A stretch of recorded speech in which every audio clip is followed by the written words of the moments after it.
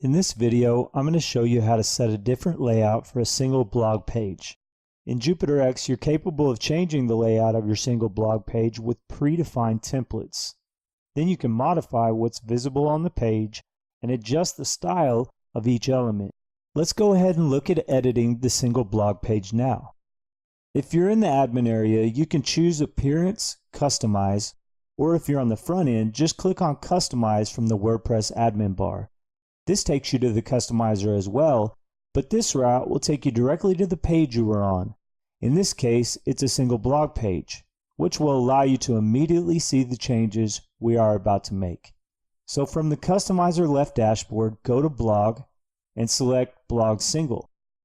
From the Settings tab and in the Template section, take a look at the layout options and choose your favorite layout. Then decide which elements need to be visible in the Display section.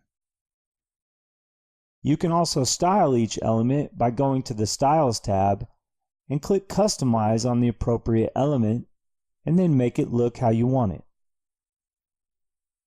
Now click on Close and publish the changes. You will have effectively styled your blog page. Thanks for watching. Cheers!